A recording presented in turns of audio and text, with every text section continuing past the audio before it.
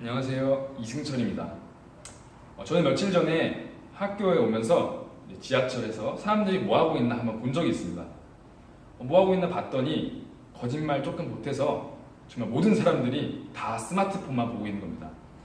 정말 머리가 희끗희끗하신 분 몇몇을 빼고는 모두 스마트폰을 하고 있었습니다.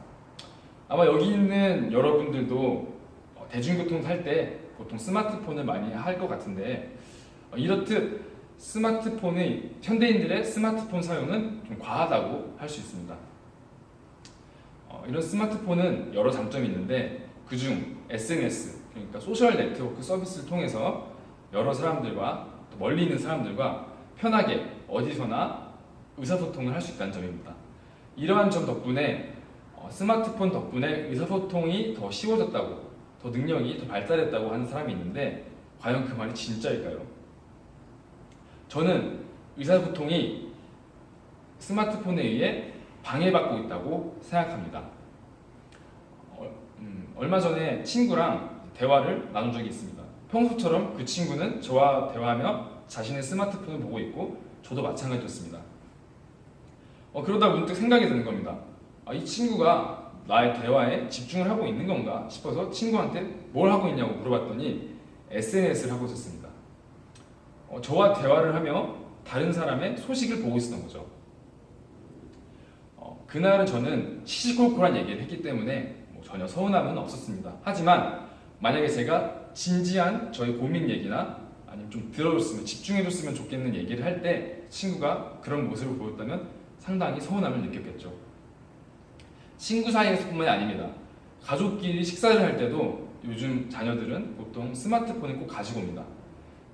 밥 먹을 때 스마트폰을 하면서 가족끼리의 대화가 단절되는 것이죠. 하지만 이런 스마트폰 사용들이 꼭 필요해서 하는 걸까요? 필요해서 하는 수도 있겠지만 대개는 습관적으로 하는 걸 겁니다. 여기서 보듯이 스마트폰은 SNS를 통해서 멀리 여러 사람들과 의사소통을 쉽게 해줬지만 진정 가까이 있고 소중한 사람들과의 의사소통은 방해하고 있는 것입니다. 또 다른 한 가지로는 스마트폰은 대화로의 의사소통이 아니라 문자로, 텍스트로의 의사소통만을 발전시키고 있다는 겁니다. 저는 새로운 사람을 만나서 새로운 사람과 얘기하는 것을 좋아합니다.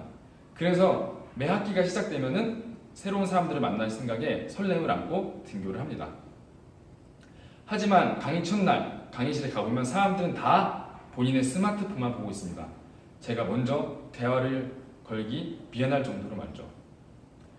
아쉬웠지만 운 좋게 교수님이 조별 과제를 내주셔서 조가 편성이 돼서 다른 사람들과 얘기할 기회가 생겼습니다. 그래서 전화번호도 주고받고 이제 SNS 등록해서 친구가 되었습니다. 집에 가서 SNS로 연락을 했습니다. 연락을 하며 과제에 대한 회의도 하고 대화를 나누며 농담까지 했습니다. 그리고 다음 수업 시간에 만났는데 웬걸 너무나 어색한 겁니다. 첫날 강의와 똑같이. 분명 저희는 스마트폰을 통해서 의사소통을 했음에도 불구하고 어색함은 사라지지 않았습니다. 이렇듯 요즘 사람들은 대화로의 의사소통보다 텍스트로의 의사소통에 더 편함을 느낍니다. 스마트폰 때문이죠. 물론 스마트폰에 영상통화나 음성통화 같은 기능이 있지만 주로 텍스트로의 의사소통을 더 많이 하기 때문입니다. 이런 현상은 상당히 큰 문제점인데요. 그 이유는 대화, 그러니까 스피치 능력은 앞으로 미래에도 절대로 그 중요성이 작아지지 않을 것이기 때문입니다. 대화란 사람과 사람끼리 감정을 주고받으며 내용을 전달하는 건데 이러한 감정의 전달 없이 내용만을 주고받는 텍스트의 의사소통에 더 편안함을 느낀다는 것입니다. 이렇듯 의사소통은 스마트폰에 의해 한 번 더 퇴화되고 있는 것입니다. 이렇듯 스마트폰에 의해서 의사소통이 악영향을 받고 있다는 것을 알아야 합니다. 스마트폰은 단지 의사소통을 쉽게 해준다는 거지 발전시켜주는 게 아닙니다. 이 점을 인지하고 사람들과 대화를 할 때 스마트폰을 내려놓고 대화에 집중하려고 노력해야 하고 텍스트로의 의사소통보다는 대화로의 의사소통에 더 노력을 기울여야 의사소통을 스마트폰으로부터 지킬 수 있을 것입니다. 감사합니다.